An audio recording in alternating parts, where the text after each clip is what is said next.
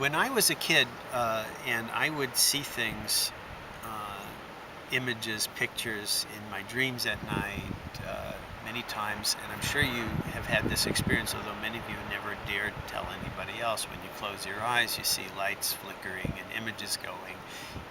In the dark as a kid, you saw images of people and things like that. We have this world that we're seeing along with the world that we see in our quote normal existence. And our parents demeaned it by calling it imagination. It's just imagination, meaning images in your head, meaning they have no meaning.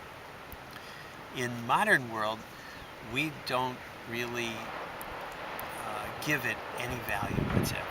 In fact, we devalue your subjective experience very much. Anything that can't be agreed upon as consensual reality is just delusion or imagination. Imagination isn't just delusion, and it isn't hallucination. It's just the images in your head. And sometimes the images in my head are the same as images in other people's heads. And by images, I also mean the feeling texture of them, the sounds, the words that we hear, the smells, the tastes, all of the sensory things that are part of imagination. They only become delusional if we think that everybody is seeing the same thing as we are. And then it moves from imagination to delusion. If you understand that you have an entire world inside that's going on all the time, this so-called subjective experience, then you understand that you have a reality, or as we often say, a dream, that's unique to you. You are taking in we're in the circle here, I'm taking in the same bench with the same marks on it that everybody else is. We're hearing the surf in the background, we hear the crows, there's sunlight. Obviously, the frame of this experience we can talk about with each other, and we'll all more or less agree on it, unless somebody has color blindness and sees red as green and things like that. But mostly we agree on that. The experience I have of this is different from the experience of Mary Beth's, different from the experience of Jen, different from the experience of Oksana. That's why we say we're all dreaming our own dream. And that experience is accompanied by pictures, sounds, smells, tastes that are in our mind, which we call imagination.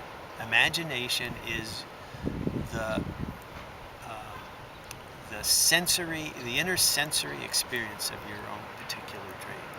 But to a shaman, to a healer, to someone who is working in this field to recover their innate forces, that imagination is an important gate. It's an important open pathway to who you are and all your forces. It's how the universe is communicating to you in your unique fashion.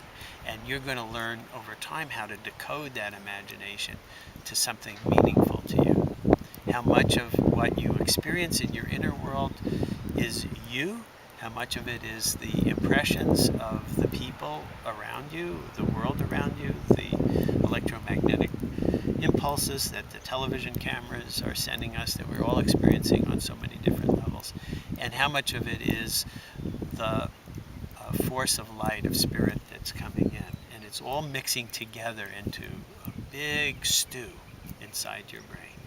As we clear out each of these channels of intercommunication, then you will be able to not only accept it, but also discern the messages that are there. And those messages are very key to taking action in the world, action that accords with your purpose, your thrust, and your place in the universe, as opposed to action that accords with the way your mind may have been conditioned by society, by outside forces, by events that were painful and traumatic, that created reflex actions. We want to be free to see the world and act in the way that we come to act, not in the way that we're just conditioned to act